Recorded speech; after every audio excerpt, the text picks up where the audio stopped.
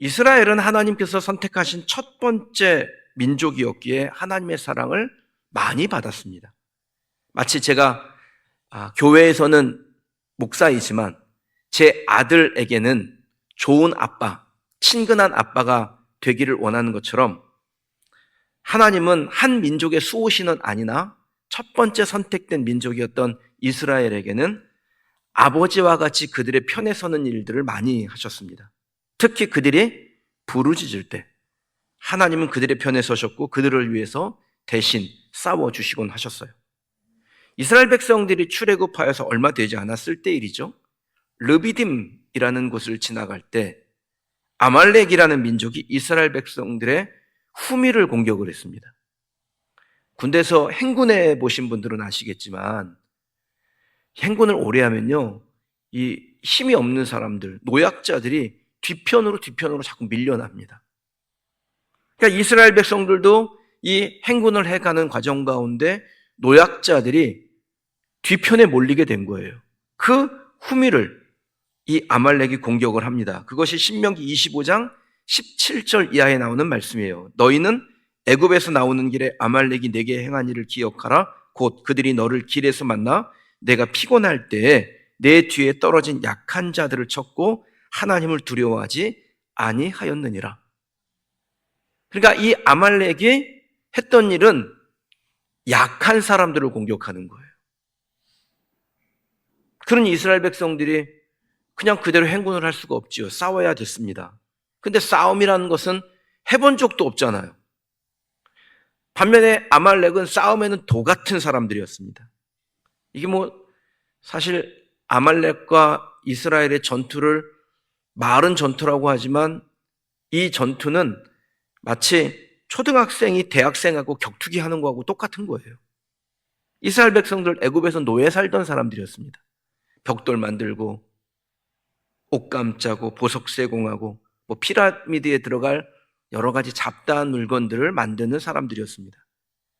애굽 사람들이 이스라엘 백성들에게 무기라는 것을 주지 않았죠. 혹여라도 반역을 하면 안 되니까 아예 무기는 손도 못 대보게 했어요. 그러니까 이스라엘 백성들에게는 무기도 없었고 그 무기를 다룰 능력도 없었습니다. 게다가 급하게 출애굽을 했기 때문에 무기라고 할 만한 것을 가져 나올 수도 없었어요. 그저 며칠분의 식량과 몇 가지의 세간 살림이 전부였습니다. 그러니 싸움을 하긴 해야 되는데 이렇다 할 무기가 있겠어요? 기껏 들고 나가봐야 농기구 몇 개 들고 나갔겠죠. 그러니까 이러면 의지라도 좀 강해야 되는데 이스라엘 백성들이 의지도 약해요. 오랜 노예 생활을 했기 때문에 그 타성에 젖어서 누가 시키는 건 하는데 스스로 의지를 발동해서 내가 이 싸움에 반드시 이겨야겠다 그런 마음을 갖지 못했습니다. 어려움이 생기면 쉽게 포기하고 틈만 나면 원망하고 불만 있고 한탄하고 탄식하는 것이 이스라엘 백성들의 일이었습니다. 반면에 이 아말렉 민족은 싸움에는 도 같았어요. 이 아말렉 민족은 그 에서의 후손들인데 시나이 반도에 주로 거주하면서 유목 생활을 합니다. 유목 생활을 한다는 것은 짐을 풀고 다시 짐을 싸고 급히 기동하고 이런 것이 매우 쉬운 사람들이죠. 우리 동양으로 치면은 칭기즈칸으로 유명한 몽골족과 같은 그런 사람들이었습니다. 게다가 아주 호전적인 성향을 가지고 있어서 이 사람들이 하는 일이 뭐냐면 약한 성읍을 공격해서 약탈하여 먹고 사는 거예요. 그러니까 이제 막 출애굽해가지고 세상 물정이란 건 아무것도 모르는 이스라엘 백성들 딱 볼 때 정말 잡아먹기 좋은 먹잇감이죠. 그러니 이 두 민족이 서로 싸운다? 이거 해보나 마나한 경기였습니다. 이런 상황에서 아말렉이 지면 그건 전쟁사에 남는 이야기예요. 그런데요, 진짜 전쟁사에 남을 이야기가 만들어집니다. 어디서요? 기도하는 자리에서부터 만들어집니다. 다급한 위기 앞에서 이스라엘 지도자였던 이 모세가 하나님이 싸우셔야 이길 수 있구나, 하나님이 싸워야 이길 수 있는 전쟁이라고 생각하고 기도의 자리로 올라간 겁니다. 사람의 능력으로 할 수 있는 일이 아니라고 생각한 거죠. 얄팍한 인간의 지혜로는 이길 수 없는 일이라고 생각하고 오직 주만 바라보기 위해서 그 르비딤 골짜기의 산 꼭대기로 올라가 거기에 기도의 제단을 모세가 쌓기 시작했습니다. 사랑하는 성도 여러분, 우리가 종종 이 비슷한 상황을 만나게 됩니다. 암만 생각해도 이건 사람의 힘으로 해결할 수 있는 일이 아니구나. 이건 예사롭지 않구나. 내가 할 수 있는 게 별로 없구나. 이런 상황을 만나게 될 때가 있죠. 여러분 그때 무엇을 선택하시겠습니까? 안 되는 일이니 힘쓰지 말아야 될까요? 우리가 역사를 공부하는 이유는요, 같은 실수를 반복하지 않기 위해서 역사를 배웁니다. 그 역사를 통해서 어떻게 하면 더 좋은 미래를 만들 수 있을까? 그것을 배우기 위해서 역사를 공부하죠. 성경도 역사입니다. 우리가 성경의 사건을 통해서 우리의 미래에 더 좋은 것을 만드는 방법을 배우는 것입니다. 자, 성경을 통해서 역사를 제대로 배웠다면 내 힘으로 극복할 수 없는 위기를 만났을 때 가장 먼저 해야 될 일이 무엇인지는 분명하지요. 뭔가요? 기도의 자리로 가는 것입니다. 하나님께 납작 엎드려 기도의 처소로 가는 것이 내 인생의 위기를 극복하는 가장 좋은 방법이라는 거예요. 우리가 하나님을 의지하면 대신 싸워주시는 하나님을 만나게 될 것이기 때문입니다. 너희는 두려워하지 말고 가만히 있어서 여호와께서 오늘 너희를 위하여 행하시는 구원을 보라. 여호와께서 너희를 위하여 싸우시리니 너희는 가만히 있을지니라. 아멘. 저와 여러분들이 어려운 일을 봤을 때 해야 될 일이 무엇인가요? 우리를 위하여 대신 싸워주시는 하나님을 의뢰하는 것입니다. 기도의 자리로 가는 사람이 승리할 줄 믿습니다. 성경의 인물 중에 야곱이라는 사람이 있죠. 얼마나 약삭 빠른 사람이에요. 달면 삼키고 쓰면 뱉는 못된 짓을 사람은 물론이고 하나님께도 서슴지 않고 했던 사람이에요. 이 야곱이 형의 재산을 빼앗으려고 얕은 꾀를 굴리다가 들통이 나는 바람에 자기의 집에서 쫓겨나가게 되지요. 빈털터리가 돼서 하란으로 도망하는 중에 베델이라는 곳, 옛 지명은 루스입니다. 그곳에 이르러 잘 곳을 찾지 못해서 돌을 주워다가 베개로 삼고 노숙을 하게 되었습니다. 그때 야곱에게 하나님이 찾아오셔서 내가 너와 함께 하겠다라는 약속을 주세요. 그러자 야곱이 매우 감격을 해가지고요, 하나님께 이렇게 서원을 합니다. 평안히 내가 아버지의 집으로 돌아오게 하시오면 하나님께서 내게 주신 모든 것에서 10분의 1을 내가 하나님께 반드시 드리겠나이다. 이렇게 서원을 했어요. 근데 사람이 화장실 갈 때 마음하고 나올 때 마음이 다르다고요. 큰 성공을 거둔 다음에 야곱이 베델에 오는 것을 주저했습니다. 가나안으로 돌아오면 바로 베델부터 갈 일인데 그 베델 바로 앞에 있는 도시, 그곳이 세겜이고 세겜에서 베델까지의 거리는 약 48km예요. 하루면 갑니다. 그런데 그 세겜에서 얼마를 버티냐면 10년을 버텨요. 마음에는 가야지 언젠간 갈 거야 그러면서 안 가고 뭉기적거리는 겁니다. 그래서 기다리다 못해서 하나님께서 이 야곱에게 아주 큰 위기를 만나게 하세요. 그의 딸 디나가 세겜에서 강간당하고 그의 오빠들이 살인자가 되고 그로 인해서 온 집안이 이방 민족의 표적이 되는 보복의 공포에 빠지게 되었습니다. 여러분 그때 이 야곱이 자신의 위기를 벗어날 유일한 방법을 선택합니다. 다시 베델로 올라가서 하나님 앞에 자기의 서원을 지키는 것입니다. 거기서 하나님께 기도의 제단을 쌓고 은총을 구하는 선택을 합니다. 이 야곱을 참 뻔뻔한 인간이네 이렇게 해야 될까요? 그렇지 않아요. 매우 지혜로운 사람이에요. 하나님께 나아가는 결정은 내가 어떤 상황에서 내렸던 지혜로운 결정인 줄 믿습니다. 자, 어떤 상태든 기도의 자리로 갔잖아요. 야곱이 어떤 일이 일어났을까요? 성경은 그때의 상황을 이렇게 기록을 합니다. 그들이 떠났으나 하나님이 그 사면 고울들로 크게 두려워하게 하셨으므로 야곱의 아들들을 추격하는 자가 없었더라. 성경은 아주 간단하게 한 절로 표현해놨지만 여러분 이거 진짜 신기한 일입니다. 야곱을 그리고 그의 아들들을 그의 집안을 몰살시키려고 작정한 이방 민족들이요 갑자기 야곱의 가족들을 두려워하기 시작했어요. 여러분 이게 그냥 자연스럽게 일어나는 일일까요? 하나님이 기도하는 사람에게 용기와 힘과 능력을 주시고 그 기도하는 사람을 대적하는 자를 두렵게 하신다. 이 역사가 야곱에게 일어났고 기도하는 저와 여러분에게 일어날 줄 믿습니다. 저나 여러분이나 대부분 야곱처럼 좀 약삭 빠르죠. 하나님과의 약속을 수시로 어깁니다. 어쩌면 그것 때문에 인생의 위기를 만났었고 또 지금 만나고 있는지도 모르고 앞으로 만나게 될지도 모릅니다. 그때 야곱이 어떻게 자신의 인생의 위기를 넘겼는지를 잘 생각하십시오. 그리고 야곱처럼 하면 됩니다. 오직 하나님 앞에 나아가겠다는 결정을 하고 다시 기도하는 자리로 가서 그 기도의 제단을 쌓는 겁니다. 그러면 내 생각을 뛰어넘는 하나님의 역사를 경험하게 될 줄 믿습니다. 그럼 르비딤 골짜기에서 모세가 손들고 기도할 때 그 자리에서 승부가 결정이 났다면 우리들의 싸움도 마찬가지 아니에요? 우리들의 전쟁도 그렇지 않습니까? 상대가 누구건 간에 기도의 자리로 나가 하나님께 도움을 얻으면 그 사람이 이길 줄 믿습니다.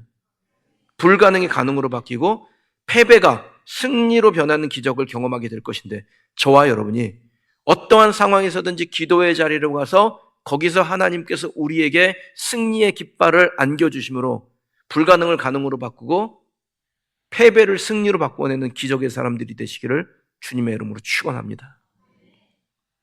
사랑하는 성도 여러분, 상대가 누구건 간에요. 아무리 강한 상대라 할지라도 기도의 자리로 나가서 하나님의 도움을 얻는 사람 감당 못합니다. 실력은 상관없어요. 하나님이 실력 따위에 연연하시겠습니까? 르비딤 전투는 골짜기 아래에서 벌어졌는데 실제 전투 장소는 산꼭대기였어요. 거기서 뭐가 일어났습니까? 기도의 제단이 쌓여지잖아요. 전 저와 여러분들이 기도의 제단을 무시하지 않기를 원합니다. 제가 우리 성도님 지금도 계속해서 기도가 가동되고 있지요. 제가 제 사역을 하면서 가장 잘한 것 3개 중에 하나가 뭐냐? 기도 특명팀 운영하는 거라고 그랬는데 제가 바꾸려고 그래요. 가장 잘한 것 한 가지는 기도 특명팀 운영한 겁니다. 성도들이 어려운 일이 있을 때 혼자 기도해서 그거 어떻게 넘어요? 그러니 수많은 사람들이 집중해서 기도하고 하나님의 역사를 믿음으로 소원할 때 하나님의 일하심이 일어나고 있고 앞으로도 일어날 줄 믿습니다. 모세가 손 내리면 아말렉이 이기고 모세가 손 들면 이스라엘이 이기는 이 싸움. 이기는 방법 간단하죠? 모세가 계속해서 손 들고 있으면 이기는 거예요. 자, 그런데 손 들고 있으면 이긴다? 그거 아는데 계속해서 손을 들 수가 없었어요. 모세가 80세 노인입니다. 하루 종일 손 들고 있을 수가 없잖아요. 점점 팔이 내려오는 횟수가 많아지고 그럴수록 산 아래에서 이스라엘 백성들의 피해가 생겨나니까 이 모세 곁에서 모세를 돕던 아론과 훌 두 사람이 지혜를 짜냈어요. 본문 12절의 말씀입니다. 모세의 팔이 피곤함에 그들이 돌을 가져다가 모세의 아래 놓아 그가 그 위에 앉게 하고 아론과 훌이 한 사람은 이쪽에서 한 사람은 저쪽에서 모세의 손을 붙들어 올렸더니 그 손이 해가 지도록 내려오지 아니한지라. 아멘. 아론과 훌이 모세를 도와 그의 팔이 내려오지 않도록 한 겁니다. 이 아론과 훌이 모세에게 무엇이 되어준 거예요? 기도의 동역자가 되어준 거예요. 이 아름다운 동역이 기적을 만들어낸 겁니다. 이스라엘은 아말렉을 이기는 기적을 얻게 됐고 모세는 기도의 능력자가 됐고 모세를 도와 같이 기도의 자리를 지킨 아론과 훌은 그에 맞는 큰 복을 받았으며 거기가 끝이 아니죠.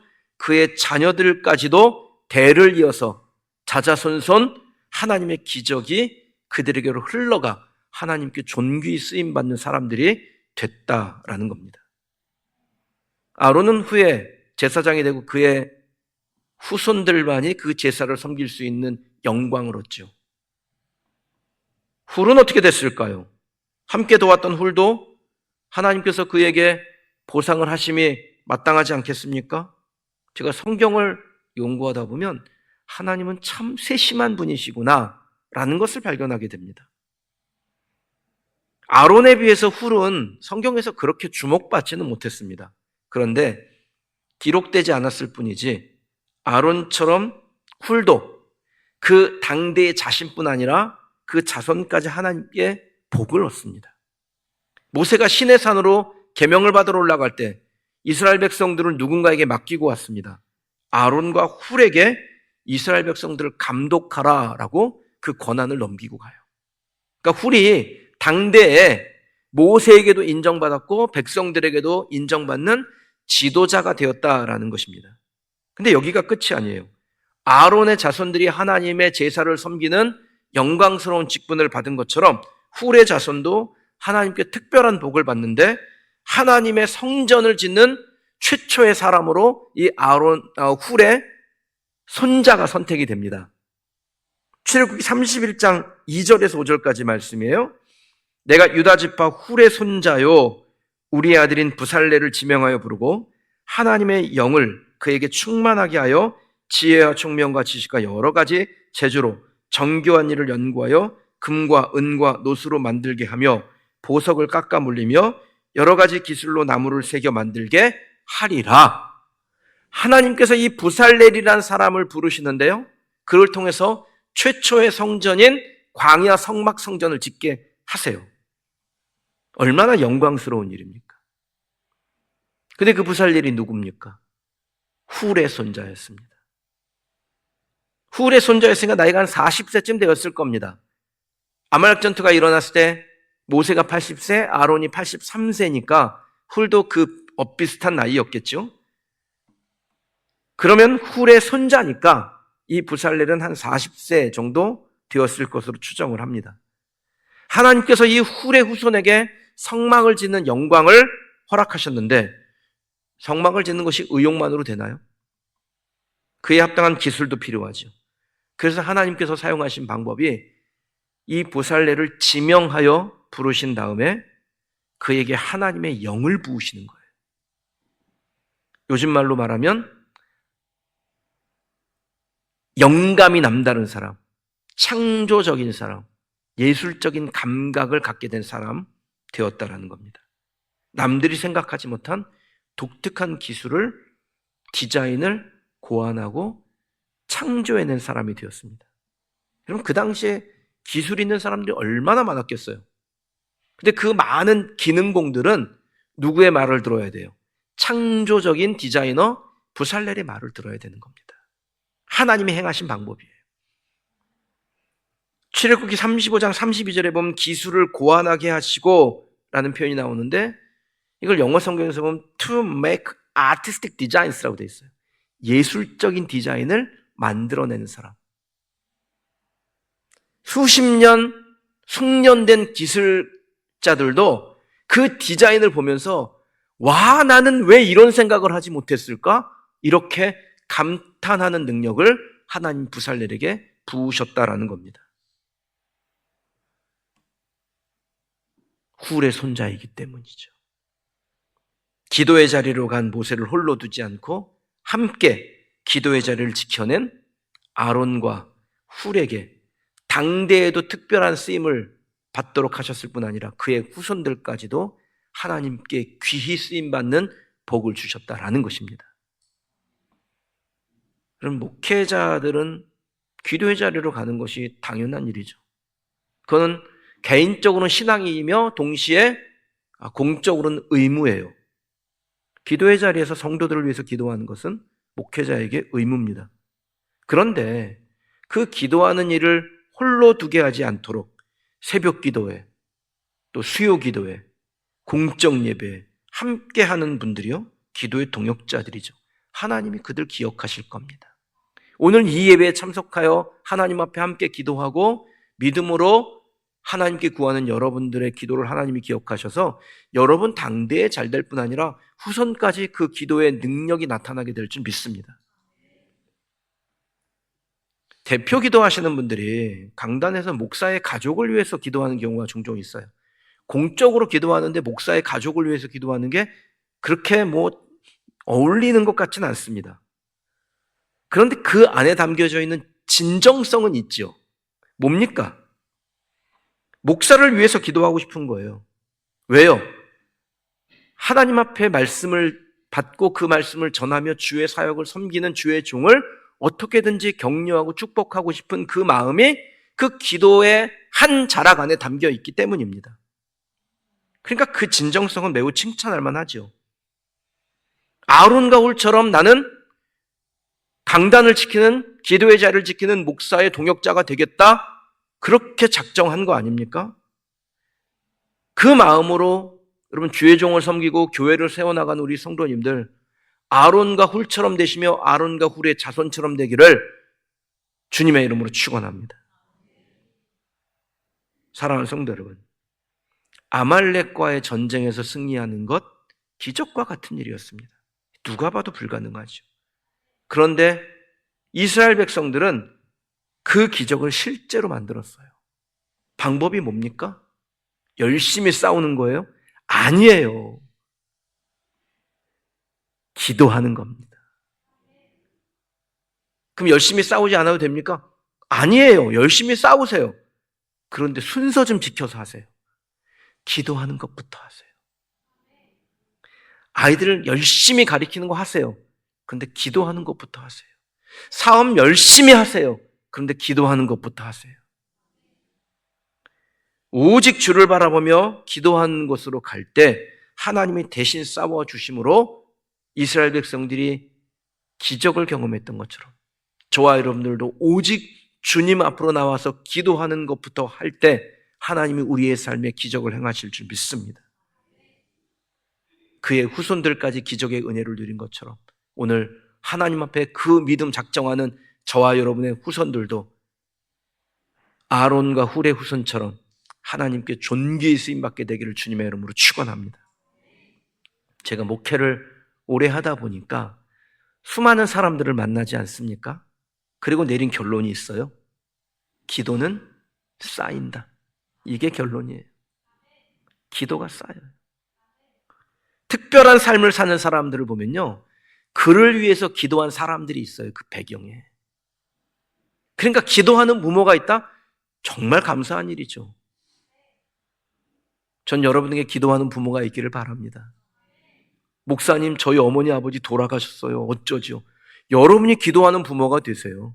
그래서 여러분의 자녀들이 여러분의 기도의 후광을 받고 그 자녀들이 세상을 살아갈 때 아론의 후손처럼 훌의 후손처럼 그 기도의 능력을 그들의 삶에서 경험하게 되기를 주님의 이름으로 축원합니다. 어떤 사람은 기도를 좀 우습게 여깁니다. 이게 당장 효과적이지 않기 때문이겠죠. 그런데 여러분, 그 효과 결정적 순간에 나와요. 기도를 우습게 여긴 효과도 나오고 기도를 중요하게 여긴 효과도 나옵니다. 그러니 제 말을 쉽게 여기지 마시고 기도의 재단을 쌓아가는 저와 여러분이 되시기를 주의 이름으로 축원합니다. 우리의 기도는 하나님으로 하여금 대신 싸우게 하는 원동력이 됩니다. 그리고 하나님이 대신 싸우면 그 사람의 인생은 반드시 승리하는 겁니다. 하나님의 승리가 우리에게뿐 아니라 우리의 후손들에게도 있는데 우리가 기도를 쌓아두잖아요. 그럼 우리의 후손들이 먼 훗날에 내가 왜 이기는지도 모르고 이기는 겁니다. 말씀대로 하면 우리의 기도가 후손들에게로 흘러가고 그것이 후손들에게도 기적이 되는 큰 복을 누리게 될 줄 믿습니다. 저와 여러분 모두가 당대와 후대 하나님이 대신 싸워주시는, 그래서 하나님의 승리 그 깃발을 들고 하나님을 찬양하는 복된 성도가 되시기를 주님의 이름으로 간절히 축원합니다.